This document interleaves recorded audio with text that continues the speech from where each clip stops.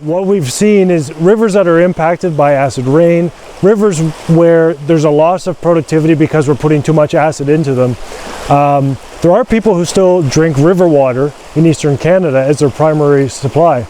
And much of the testing around that shows that up to 80% of well water and surface water exceeds the guidelines for, in particular, aluminum. Now, aluminum in the tie with acid and climate change is a bit of a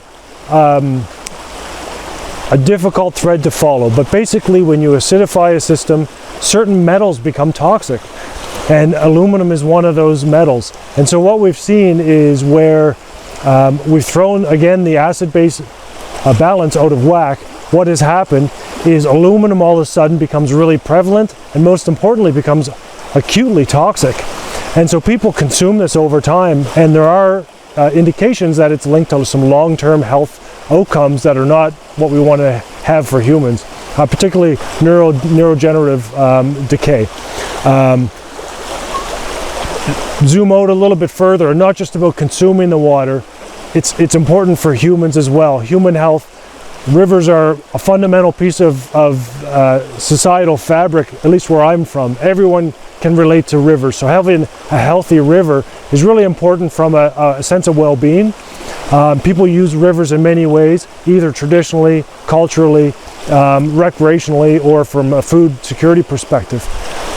Zoom out again from a climate perspective, and rivers are going to play a fundamental role in our attempt to try and get back on track from a climate perspective and really ensure a future for our kids. There are many options being considered for addressing climate change, and to be quite frank, we need them all. We are behind the 8 ball, and we need as many approaches to getting us back on track, to getting ahead of the curve on climate emission, on CO2 emissions and the climate trends. The thing with rivers is rivers naturally pull from the landscape and aggregate before they deliver water to the ocean.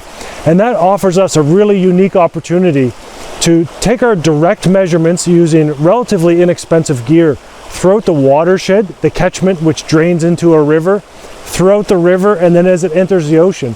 So using real-time measurements, we can actually directly observe the increase in this bicarbonate or carbon drawdown that is being delivered to the ocean for long-term storage. So we're less reliant on models and assumptions and actually observe the benefit firsthand.